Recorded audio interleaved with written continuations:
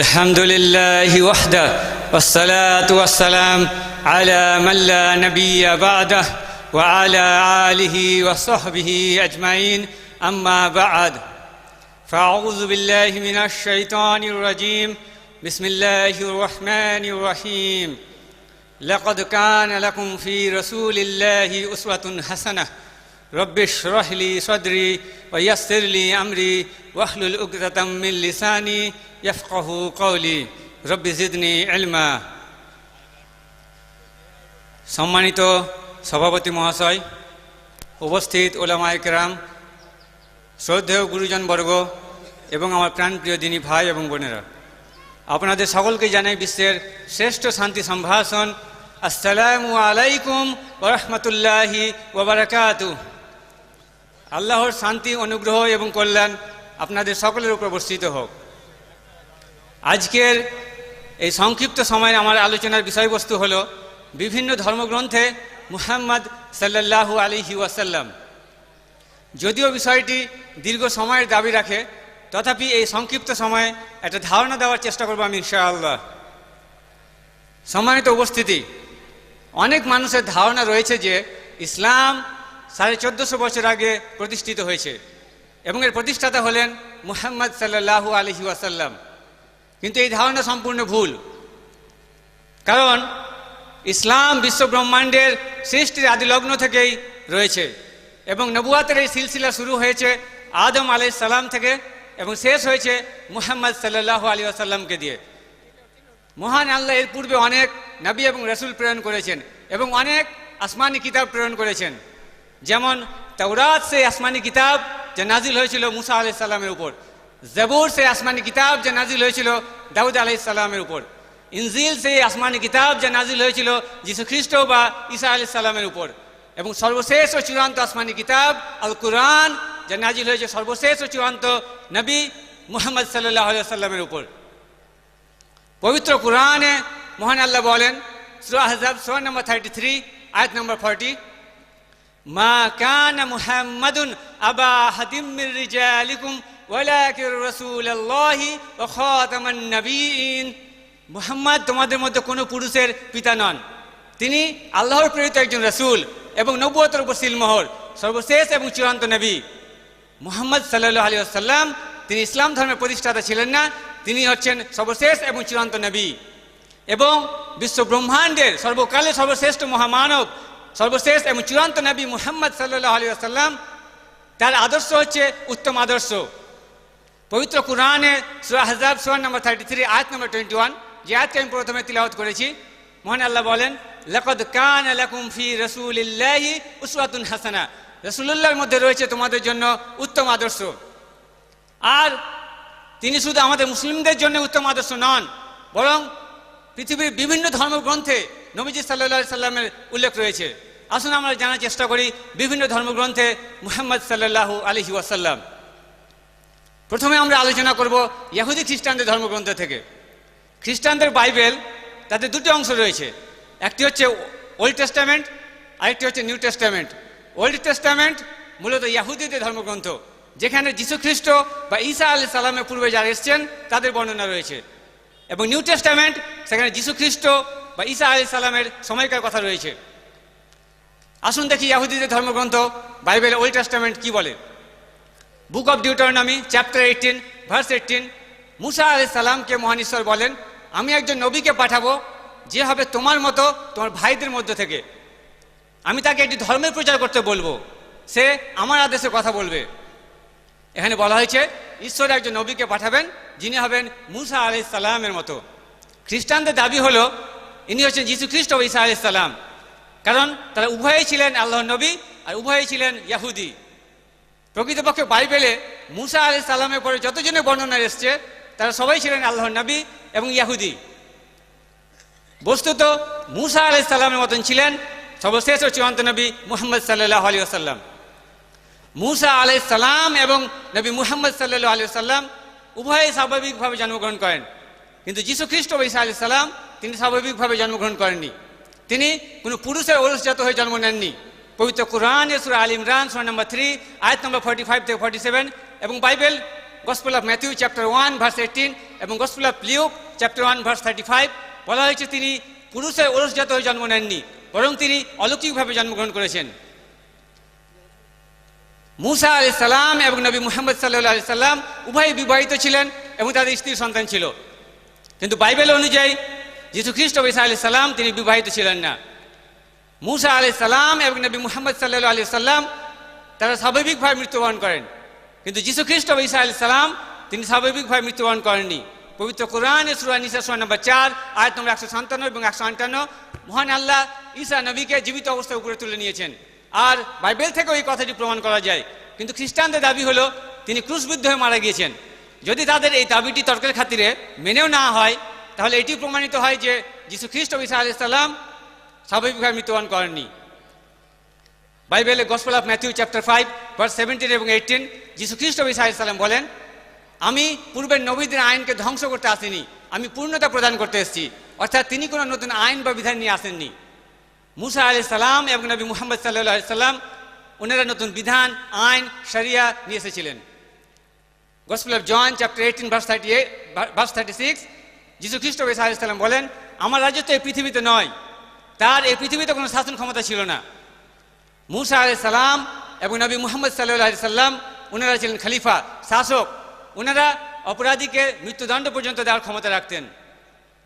Gospel of John chapter 1 verse 11 যীশু খ্রিস্ট বা ঈসা আলাইহিস সালামের সঙ্গী সাথীরা সবাই তাকে ত্যাগ করেছিল, কিন্তু মুসা আলাইহিস সালামের সম্প্রদায়ের লোকজন তাকে ত্যাগ করেনি। নবী মুহাম্মদ সাল্লাল্লাহু আলাইহি সাল্লামের অনুসারী সাহাবায়ে কেরাম তাকে ত্যাগ করেনি। অর্থাৎ এখানে যে নবীর কথা বলা হচ্ছে তিনি অন্য কেউ নন, সর্বশেষ এবং চূড়ান্ত নবী মুহাম্মদ সাল্লাল্লাহু আলাইহি ওয়াসাল্লাম। Book of Isaiah chapter 29 verse 12 বলা হয়েছে, কিতাব দেওয়া হবে এমন একজনকে যে অশিক্ষিত, নিরক্ষর। তাকে বলা হবে কিতাব অধ্যয়ন করো, পড়ো, তখন সে বলবে আমি পড়তে জানি না। আর আমরা জানি জিবরিল আলাইহিস সালাম যখন নবীজিকে বললেন ইকরা, পড়ো, তখন তিনি বললেন আমি পড়তে জানি না। এখানে বলা হচ্ছে নবীজি সাল্লাল্লাহু আলাইহি ওয়াসাল্লামের কথা। মুহাম্মদ নাম ধরে বাইবেলে উল্লেখ রয়েছে। Song of Solomon chapter 5 verse 16 এখানে বলা হয়েছে, হিক্কু মামিত তাকিম বিকুল্লি মুহাম্মাদিম জাহদুদি জাহরাসি বাইনা জেরুসালিম। এটি একটি হিব্রু কোটেশন, যার অর্থ হলো তার মুখ মিষ্টি, তিনি মুহাম্মদ, তিনি আমার প্রাণপ্রিয় পাত্র, শোনো জেরুজালেমের কন্যারা। মূল হিব্রু বাইবেলে এই মুহাম্মদ শব্দটি রয়েছে, তবে খ্রিস্টানরা অনুবাদ করতে গিয়ে ইংরেজিতে বলেছে অল টুগেদার লাভলি, বাংলায় বলেছে প্রাণপ্রিয় পাত্র। তবে মূল বাইবেলে এখনও এই মুহাম্মদ শব্দটি আপনারা পাবেন। এ হচ্ছে সংক্ষেপে ইহুদিদের বাইবেলে মুহাম্মদ সাল্লাল্লাহু আলাইহি ওয়াসাল্লাম। আসুন দেখি খ্রিস্টানদের নিউ টেস্টামেন্টে কি বলা হয়েছে। Gospel of John chapter 14 verse 16 যীশু খ্রিস্ট ঈসা আলাইহিস সালাম বলেন, আমি আমার পিতার কাছে প্রার্থনা করব তিনি একজন কমফোর্টার বা সাহায্যকারী যেন পাঠান, সে সবসময় তোমাদের সাথে থাকবে। Gospel of John chapter 15 verse 26 যীশু খ্রিস্ট ঈসা আলাইহিস সালাম বলেন, যখন কমফোর্টার সাহায্যকারী আসবেন, যাকে আমার পিতা পাঠাবেন, সে আমাকে সম্মানিত করবে। Gospel of John chapter 16 verse 7 আমি তোমাদের সত্য কথাটা বলেই ফেলি, আমি চলে গেলেই তোমাদের জন্য ভালো, কারণ আমি চলে না গেলে সাহায্যকারী আসবেন না, আমি চলে গেলেই তিনি এখানে আসবেন। এখানে যে কমফোর্টার বা সাহায্যকারী ওয়ার্ডটি ব্যবহৃত হয়েছে তার মূল গ্রিক ওয়ার্ড হলো পেরিক্লিট। পেরিক্লিট মানে সমর্থন করা, যার মূল উৎস হচ্ছে প্যারাক্লিটস থেকে। প্যারাক্লিটস মানে প্রশংসার যোগ্য। অর্থ যেটি নিন, সাহায্যকারী, সমর্থন করা অথবা প্রশংসার যোগ্য, সবকটা মিলে যায় আমাদের নবীজি মুহাম্মদ সাল্লাল্লাহু আলাইহি সাল্লামের সাথে।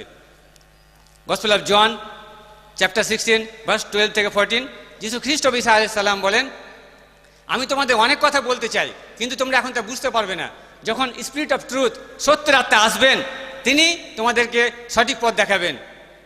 তিনি নিজে থেকে কোনো কথা বলবেন না, তিনি যা শুনবেন তাই বলবেন। তিনি আমাকে সম্মানিত করবেন, তিনি তোমাদেরকে ভবিষ্যতের কথাগুলো বলবেন। এখানে যে স্পিরিট অফ ট্রুথ, সত্যের আত্মার কথা বলা হচ্ছে, তিনি হচ্ছেন সর্বশেষ ও চূড়ান্ত নবী মুহাম্মদ সাল্লাল্লাহু আলাইহি সাল্লাম। সম্মানিত উপস্থিতি, ইসলাম একমাত্র খ্রিস্টান ধর্ম যে যীশু খ্রিস্ট ঈসা আলাইহিস সালামের উপর বিশ্বাস স্থাপন করে। কোনো মুসলিম ততক্ষণ প্রকৃত মুসলিম হতে পারে না যদি না সে যীশু খ্রিস্ট ঈসা আলাইহিস সালামকে নবী হিসাবে বিশ্বাস না করে। আমরা মুসলিমরা যীশু খ্রিস্ট ঈসা আলাইহিস সালামকে নবী হিসাবে বিশ্বাস করি। আমরা বিশ্বাস করি যীশু খ্রিস্ট বা ঈসা আলাইহিস সালাম ছিলেন আল্লাহর প্রেরিত একজন বিস্ময়কর রাসূল। আমরা বিশ্বাস করি যীশু খ্রিস্ট বা ঈসা আলাইহিস সালাম তিনি কোনো পিতার সংস্পর্শ ছাড়াই জন্মগ্রহণ করেছেন, যা অনেক আধুনিক খ্রিস্টান বিশ্বাস করে না। আমরা বিশ্বাস করি যিশু খ্রিস্ট ঈসা আলাইহিস সালাম তিনি জন্মান্ধকে চক্ষুদান করেন। আমরা বিশ্বাস করি যিশু খ্রিস্ট ঈসা আলাইহিস সালাম তিনি কুষ্ঠরোগীকে সুস্থ করেছিলেন আল্লাহর সাহায্যে। আমরা বিশ্বাস করি যিশু খ্রিস্ট ঈসা আলাইহিস সালাম তিনি মৃতকে জীবিত করেন বিইজনিল্লাহ, আল্লাহর হুকুমে। কিন্তু খ্রিস্টানদের দাবি হলো যিশু খ্রিস্ট ঈসা আলাইহিস সালাম ছিলেন ঈশ্বর। কিন্তু পুরো বাইবেল পড়লে আপনি একটিও আনঅ্যাম্বিগুয়াস আনইকুইভোক্যাল স্টেটমেন্ট পাবেন না যেখানে যিশু খ্রিস্ট ঈসা আলাইহিস সালাম নিজের মুখে বলেছেন যে আমি ঈশ্বর, অথবা তিনি বলেছেন আমার উপাসনা করো। বরং আপনারা যদি বাইবেল পড়েন, এটা উল্লেখ রয়েছে gospel of John chapter 14 verse 28, যিশু খ্রিস্ট ঈসা আলাইহিস সালাম বলেন my father is greater than I, আমার পিতা আমার চেয়ে মহান। Gospel of John chapter 10 verse 29, my father is greater than all, আমার পিতা সবার চেয়ে মহান। Gospel of Luke chapter 11 verse 20, আমি ঈশ্বরের সাহায্যে শয়তানকে বিতাড়িত করি। Gospel of John chapter 5 verse 30, আমি নিজের ইচ্ছায় কিছু করিতে পারি না, আমি যা শুনি তাই বিচার করি, এবং আমার বিচার সঠিক, কারণ আমি নিজের ইচ্ছায় কিছুই করি না, আমার পিতার ইচ্ছায় আমার ইচ্ছা। যে কেউ বলে যে তার ইচ্ছায় সে কিছু করিতে পারে না, ঈশ্বরের ইচ্ছা তার ইচ্ছা, সে একজন মুসলিম।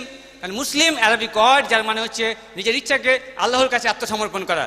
যিশু খ্রিস্ট ঈসা আলাইহিস সালাম তিনি ছিলেন মুসলিম, এবং তিনি সর্বশেষ ও চূড়ান্ত নবী মুহাম্মদ সাল্লাল্লাহু আলাইহি সাল্লামের আদর্শ অনুসরণের কথাই বলেছেন। আমরা যখন ইহুদি খ্রিস্টানদের ধর্মগ্রন্থ থেকে প্রমাণ দিচ্ছি নবীজি সাল্লাল্লাহু আলাইহি সাল্লাম আদর্শ অনুসরণের কথা, তখন আমাদের মাঝে একদল আরেক দলকে বলে ইহুদি খ্রিস্টানদের দালাল। এই অপবাদ দিয়ে থাকে ইহুদি খ্রিস্টানদের দালাল বলে। অথচ আমাদের মুসলিম ঘরের ছেলেরা আজ নাস্তিকদের ফাঁদে পড়ছে, আজ এক্স মুসলিমদের ফাঁদে পড়ছে। একদল খ্রিস্টান তারা আমাদের মসজিদ পর্যন্ত পৌঁছে গেছে, তারা নিজেদের পরিচয় দেয় ঈসাই মুসলিম বলে। তারা কোরআন এবং হাদিস থেকে ঈসা আলাইহিস সালাম সম্পর্কে যে কথাগুলো রয়েছে সেগুলো তুলে ধরে আর বলে যে ঈসা আলাইহিস সালাম ছিলেন শ্রেষ্ঠ। তারা বলে যিশু খ্রিস্ট যিনি কোনো পিতা ছাড়া মাতা থেকে কেবল জন্মগ্রহণ করেছেন তিনি শ্রেষ্ঠ, নাকি মুহাম্মদ যিনি মাতা পিতা থেকে স্বাভাবিকভাবে জন্মগ্রহণ করেছেন। আর আমরা মুসলিমরা কোনো জবাব দিতে পারি না। আমি খ্রিস্টানদেরকে বলি, যদি শর্ত এটি হয় যে যিশু খ্রিস্ট পিতা ছাড়া শুধু মাতা থেকে জন্মগ্রহণ করেছেন এই জন্য তিনি শ্রেষ্ঠ এবং ঈশ্বর হওয়ার দাবি রাখেন, তাহলে আদম আলাইহিস সালাম তার তো মাতাও ছিল না পিতাও ছিল না, মানেন তাকে ঈশ্বর? সম্মানিত উপস্থিতি, যেখানে খ্রিস্টানদের মধ্যে দ্বিধা সংশয় ছিল যিশু খ্রিস্ট ঈসা আলাইহিস সালাম জীবিত না মৃত, যিশু খ্রিস্টকে ঈশ্বর জীবিত অবস্থায় তুলে নিয়েছেন নাকি তিনি ক্রুশবিদ্ধ হয়ে মারা গেছেন, সেখানে মুসলিমদের মধ্যে দ্বিধা সংশয় চলছে নবীজি সাল্লাল্লাহু আলাইহি সাল্লাম জীবিত না মৃত। অথচ এই সমস্যার সমাধান 1450 বছর আগে হয়ে গিয়েছে। সহিহ বুখারী হাদিস নাম্বার 3668। আবু বকর রাদিয়াল্লাহু আনহু বলেন, তোমরা যারা মুহাম্মদের ইবাদত করো জেনে রাখো মুহাম্মদ মৃত্যুবরণ করেছে, আর তোমরা যারা আল্লাহর ইবাদত করো জেনে রাখো তিনি চিরঞ্জীব। এবং তিনি সূরা জুমার সূরা নম্বর 39 আয়াত নম্বর 30 তিলাওয়াত করেন, যেখানে মহান আল্লাহ বলেন ইন্নাকা মাইয়িতুন ওয়া ইন্নাহুম মাইয়িতুন, নিশ্চয় তুমি মৃত্যুবরণ করবে এবং তারা তোমার শত্রুরা মৃত্যুবরণ করবে। অর্থাৎ সালাফদের আকীদা হলো নবীজি সাল্লাল্লাহু আলাইহি সাল্লাম মৃত্যুবরণ করেছেন। অনেকে আবার আমাদের মাঝে বলে থাকে নবীজি নূরের তৈরি, তার থেকে সমস্ত কিছু সৃষ্টি হয়েছে, তাকে সৃষ্টি না করলে কোনো কিছু সৃষ্টি করা হতো না। বিশ্বাস করুন, এটা বাইবেলের কথা। খুলুন gospel of John chapter 1 verse 1, 2, 3। বলা হয়েছে প্রথমে ছিল শব্দ, শব্দটি ছিল ঈশ্বরের সাথে, শব্দ হচ্ছে ঈশ্বর, শব্দ যা ছিল প্রথমে ঈশ্বরের সাথে, তার থেকে সমস্ত কিছু সৃষ্টি করা হয়েছে। কোনো কিছুই সৃষ্টি করা হতো না যদি না তাকে সৃষ্টি করা হতো। ঠিক একই কথা, নবী নূরের তৈরি, যা ছিল আল্লাহর সাথে। প্রথমে নূর ছিল আল্লাহর সাথে, নূর হচ্ছে আল্লাহ, নূর যা ছিল আল্লাহর সাথে তার থেকে সমস্ত কিছু সৃষ্টি করা হয়েছে। আর নবী নূর সৃষ্টি না করলে কোনো কিছু সৃষ্টি করা হতো না। এটা বাইবেলের কথা। অত পবিত্র কোরআনে স্পষ্ট বলা হয়েছে, সূরা কাফ সূরা নম্বর 18 আয়াত নম্বর 110, মহান আল্লাহ বলেন কুল ইন্নামা আনা বাশারুম মিসলুকুম ইউহা ইলাই, আপনি বলুন নিশ্চয় আমি তোমাদের মতো একজন মানুষ, আমার প্রতি ওয়াহি নাজিল হয়। সম্মানিত উপস্থিতি, সময় কম, তাই গাড়ি খুব হাই স্পিডে চলছে। আসুন আমরা জানার চেষ্টা করি বৌদ্ধদের ধর্মগ্রন্থে নবীজি সাল্লাল্লাহু আলাইহি সাল্লাম। বৌদ্ধদের প্রায় সব ধর্মগ্রন্থেই বলা হয়েছে একজন মাইত্রী আসবেন। Sacred books of the east volume 35 page number 225 বলা হয়েছে একজন মাইত্রী আসবেন, তার মধ্যে বিশেষ কিছু গুণ বৈশিষ্ট্য থাকবে। তিনি হাজার হাজার মানুষের নেতৃত্ব দিবেন, যেখানে আমি গৌতম বুদ্ধ কয়েকজন মানুষের নেতৃত্ব দিয়ে থাকি। Gospel of Buddha page number 217 এবং 218। গৌতম বুদ্ধকে তার শিষ্য আনন্দ জিজ্ঞেস করলেন যে আপনি যখন চলে যাবেন তখন কে আমাদেরকে সঠিক পথ দেখাবে? গৌতম বুদ্ধ বললেন, আমি প্রথম বুদ্ধ নই এবং আমি শেষ বুদ্ধও নই, আমার পরে পৃথিবীতে একজন বুদ্ধের আগমন ঘটবে, যিনি পবিত্র, যিনি সবার উপরে, যিনি আলোকপ্রাপ্তা। তিনি অলৌকিকভাবে জ্ঞান আহরণ করার পরে পৃথিবীব্যাপী ছড়িয়ে দেবেন। তিনি একটি ধর্মের প্রচার করবেন, যা শুরুতে গৌরবময় থাকবে, চরম সময়ে গৌরবময় থাকবে এবং শেষেও গৌরবময় থাকবে। তার জীবন দর্শন সত্য এবং সম্পূর্ণ সঠিক। তিনি হাজার হাজার মানুষের নেতৃত্ব দিবেন, যেখানে আমি গৌতম বুদ্ধ মাত্র কয়েকশো মানুষের নেতৃত্ব দিয়েছি। আনন্দে জিজ্ঞেস করলেন আমরা তাকে কীভাবে চিনব? তখন গৌতম বুদ্ধ বললেন তার নাম হবে মাইত্রী। মাইত্রী অর্থাৎ ক্ষমাশীল, স্নেহশীল, দয়ালু, আরবি করলে হয় রহমাত। আর আমরা জানি কোরআনে সূরা আম্বিয়া সূরা নম্বর 21 আয়াত 107 মহান আল্লাহ বলেন ওয়ামা আরসালনাকা ইল্লা রাহমাতাল লিল আলামিন, আমি বিশ্ববাসীর জন্য তোমাকে রহমত স্বরূপ প্রেরণ করিয়াছি। এখানে মাইত্রী বলতে নবীজি সাল্লাল্লাহু আলাইহি সাল্লামকে বোঝানো হয়েছে। এছাড়াও secret books of the east volume 11 page number 36, Mahaparinibbana Sutta chapter 2 মন্ত্র নাম্বার 32, মহাপরিনিব্বাণ সূত্রা চ্যাপ্টার 5 মন্ত্র নাম্বার 32 এবং sacred books of the east volume 11 page number 97 বলা হয়েছে যেভাবে গৌতম বুদ্ধের একজন খাদিম পরিচারক রয়েছেন আনন্দ, তেমনি মাইত্রীর একজন খাদিম থাকবে। আমরা জানি এখানে আনাস বিন মালিক রাদিয়াল্লাহু আনহুর কথা বলা হয়েছে, যিনি ছিলেন রাসূলুল্লাহর খাদিম এবং বিভিন্ন যুদ্ধে ও সর্বদা তিনি তার নিরাপত্তার জন্য হাজির থাকতেন। এরপর gospel of Buddha page number 214 এই মাইত্রীর 6টি গুণ বৈশিষ্ট্য বর্ণনা করা হয়েছে। বলা হয়েছে তিনি আলোকপ্রাপ্ত হবেন রাতের বেলায়, তিনি যখন আলোকপ্রাপ্ত হবেন তিনি উজ্জ্বল হবেন, তিনি স্বাভাবিকভাবে মৃত্যুবরণ করবেন, তিনি মারা যাবেন রাতের বেলায়, তিনি মারা যাবেন তখন উজ্জ্বল হবেন, তিনি মারা যাওয়ার পর সশরীরে পৃথিবীতে কখনো ফিরে আসবেন না। আর এই 6টি গুণ বৈশিষ্ট্যই আমাদের নবীজির মধ্যে পাওয়া যায়। এছাড়াও বুদ্ধদের ধর্মগ্রন্থে secret books of the east volume 10 page number 68, Dhammapada মন্ত্র নাম্বার 15, ধম্মপদ মত্যা সূত্রা চ্যাপ্টার 2 মন্ত্র নাম্বার 151 সেখানে বলা হয়েছে একজন মাইত্রী আসবেন যে হবে সর্বশেষ বুদ্ধা, যিনি জ্ঞানী, যিনি বিনয়ী, ইনি আর অন্য কেউ নন, সর্বশেষ চূড়ান্ত নবী মুহাম্মদ সাল্লাল্লাহু আলাইহি ওয়াসাল্লাম। সম্মানিত উপস্থিতি, আসুন জানার চেষ্টা করি আমাদের এই প্রিয় জন্মভূমি, ধর্মনিরপেক্ষ গণতান্ত্রিক দেশ, এই মহান ভারতের মেজরিটি সংখ্যক মানুষ যে সনাতন ধর্ম বা হিন্দু ধর্ম অনুসারী, সেই সনাতন ধর্ম বা হিন্দু ধর্মের পবিত্র ধর্মগ্রন্থে কী বলা হয়েছে নবী মুহাম্মদ সাল্লাল্লাহু আলাইহি সাল্লাম সম্পর্কে। হিন্দুদের অন্যতম একটি পবিত্র ধর্মগ্রন্থ হল ভবিষ্য পুরাণ। যদি আপনারা পড়েন ভবিষ্য পুরাণ প্রতিসর্গ পর্ব 3 খণ্ড 3 অধ্যায় 3 শ্লোক নম্বর 5 থেকে 8 বলা হয়েছে একজন শ্লেষ্ঠ ধর্মগুরু তার সঙ্গী সাথীদেরকে নিয়ে আসবেন যার নাম হবে মুহাম্মদ। শ্লেষ্ঠ অর্থাৎ অনার্য বিদেশি, সে নিয়ে আসবে সঙ্গী সাথীদেরকে অর্থাৎ সাহাবায়ে কেরামকে, সে আসবে মরুস্থল থেকে অর্থাৎ বালুময় স্থল মরুভূমি, তার নাম হবে মুহাম্মদ সাল্লাল্লাহু আলাইহি ওয়াসাল্লাম। ভবিষ্য পুরাণ প্রতিসর্গ পর্ব 3 খণ্ড 3 অধ্যায় 3 শ্লোক নম্বর 10 থেকে 27 ঈশ্বর এমন একজন মানুষকে পাঠাবেন যার নাম হবে মুহাম্মদ। তিনি মানুষকে সরল পথ দেখাবেন, তার অনুসারীদের খতনা করা থাকবে, তাদের মাথার পিছনে টিকি থাকবে না, তাদের মুখে দাঁড়িয়ে থাকবে, তারা একটা বিপ্লব ঘটাবে, তারা প্রার্থনার জন্য আজান দেবে, তারা সব রকম হালাল খাবার খাবে, তারা বিভিন্ন পশুর মাংস খাবে তবে শূকরের মাংস খাবে না, তারা লতাপাতার মাধ্যমে নয় বরং যুদ্ধের মাধ্যমে নিজেদেরকে পবিত্র করবে, তাদের সম্প্রদায়ের নাম হবে মুসলমান। ভবিষ্য পুরাণ পর্ব 3 খণ্ড 1 অধ্যায় 3 শ্লোক নম্বর 21 থেকে 23 বলা হয়েছে শ্রেষ্ঠের ধর্মের অনুসারীর সকলেই ভালো মানুষ হবে, তাদের মধ্যে সকল ভালো গুণ থাকবে। এখানে বলা হয়েছে সাহাবায়ে কেরামের কথা। এরপর যদি আমরা পড়ি বেদ, অথর্ববেদ বুক নাম্বার 20 চ্যাপ্টার 127 মন্ত্র নাম্বার 1 থেকে 14, এই 14টি মন্ত্রকে বলা হয় কুন্তাপ সুক্তা। কুন্তাপ অর্থাৎ পেটের ভিতর লুকানো গ্রন্থি। এর অর্থ হচ্ছে এই মন্ত্রগুলির অর্থ লুকানো রয়েছে। এর আরেকটি অর্থ হচ্ছে দুর্দশা থেকে মুক্ত। এর আরেকটি অর্থ হচ্ছে শান্তি, ইসলাম শব্দের অর্থ শান্তি। এর আরেকটি অর্থ রয়েছে কেন্দ্রবিন্দু। আমরা জানি মক্কা পৃথিবীর কেন্দ্রে অবস্থিত। আসুন 1 থেকে 4 নম্বর মন্ত্র কি বলে। এখানে বলা হয়েছে তিনি হবেন নারাশংসা অর্থাৎ মানুষ যার প্রশংসা করে, প্রশংসিত, আরবি করলে হয় মুহাম্মদ সাল্লাল্লাহু আলাইহি ওয়াসাল্লাম। বলা হয়েছে তিনি হবেন কাউরাসা, যাকে 60,090 জন শত্রুর হাত থেকে রক্ষা করা হবে। কাউরাসা অর্থাৎ শান্তির রাজপুত্র, আর আমাদের নবীজি সত্যি শান্তির রাজপুত্র ছিলেন। এর আরেকটি অর্থ হচ্ছে অভিবাসী। আমরা জানি নবীজি মক্কা থেকে মদিনায় হিজরত করেছিলেন এবং সেই সময় মক্কায় প্রায় নবীজির 60,000 জন শত্রু ছিলেন। বলা হয়েছে তিনি উটে চাপা ঋষি হবেন, আর উটে চাপা ঋষি কখনো ভারতীয় ব্রাহ্মণ ঋষি হতে পারে না। তার কারণ মনুস্মৃতি অধ্যায় 11 মন্ত্র 202 বলা হয়েছে একজন ব্রাহ্মণ ঋষি কখনো উট ও গাধার পিঠে চাপতে পারে না, তাই এই ঋষি অবশ্যই কোনো বিদেশি ঋষি হবেন।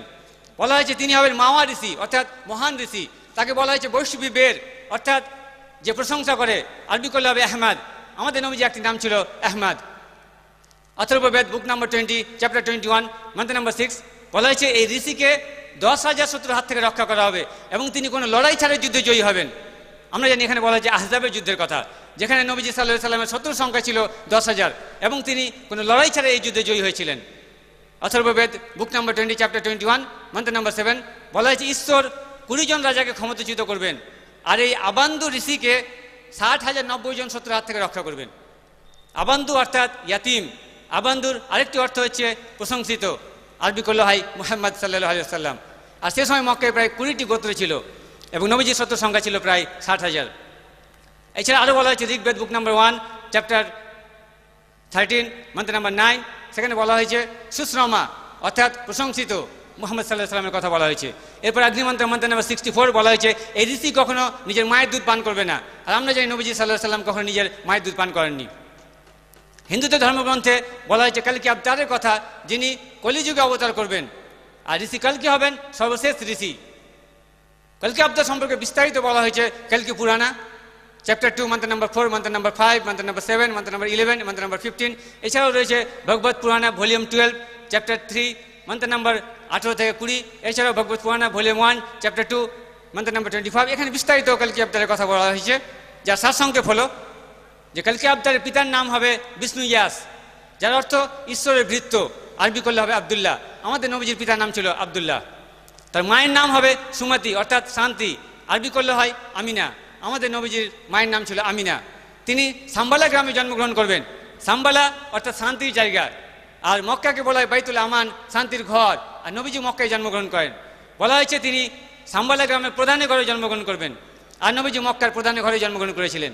বলা হয়েছে তিনি মাধব মাসের 12 তারিখে জন্মগ্রহণ করবেন, আর নবীজির জন্ম তারিখ সম্পর্কে একটি মত হচ্ছে রবিউল আউয়াল মাসের 12 তারিখ, যদিও সঠিক মত 9 তারিখ, তবে একটি মত হচ্ছে 12 তারিখ।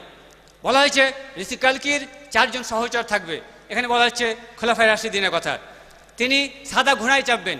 আমরা জানি তিনি মিরাজে সাদা বোরাকে চেপেছিলেন। তার হাতে থাকবে তরবারি, নবীজি তরবারি রাখতেন আত্মরক্ষার জন্য। বলা হয়েছে তিনি প্রথম আলোক প্রাপ্ত হবেন রাতের বেলা পাহাড়ের গুহায়, এবং নবীজি প্রথম ওয়াহি প্রাপ্ত হন হীরা গুহায় রাতের বেলা। বলা হয়েছে এই ঋষিকে দেবদূতরা সাহায্য করবে, আর আমরা জানি বদরের যুদ্ধে ফেরেশতারা নবীজি সাল্লাল্লাহু আলাইহি ওয়াসাল্লামকে সাহায্য করেছিলেন। এখানে কালকি আবতার বা ঋষি কালকি বলতে যার কথা বলা হয়েছে তিনি হচ্ছেন সর্বশেষ ও চূড়ান্ত নবী মুহাম্মদ সাল্লাল্লাহু আলাইহি ওয়াসাল্লাম। এছাড়াও নবীজির কথা উল্লেখ রয়েছে উত্তরাচিক মন্ত্র নাম্বার 1500, ইন্দ্রা চ্যাপ্টার 2 মন্ত্র নাম্বার 152, যজুর্বেদ চ্যাপ্টার 31 মন্ত্র নাম্বার 18। আরও উল্লেখ রয়েছে অথর্ববেদ বুক নাম্বার 8 চ্যাপ্টার 6 মন্ত্র number 10, Atharvaveda book number 8 chapter 5 মন্ত্র number 16, Atharvaveda book number 20 chapter 126 মন্ত্র নাম্বার 14।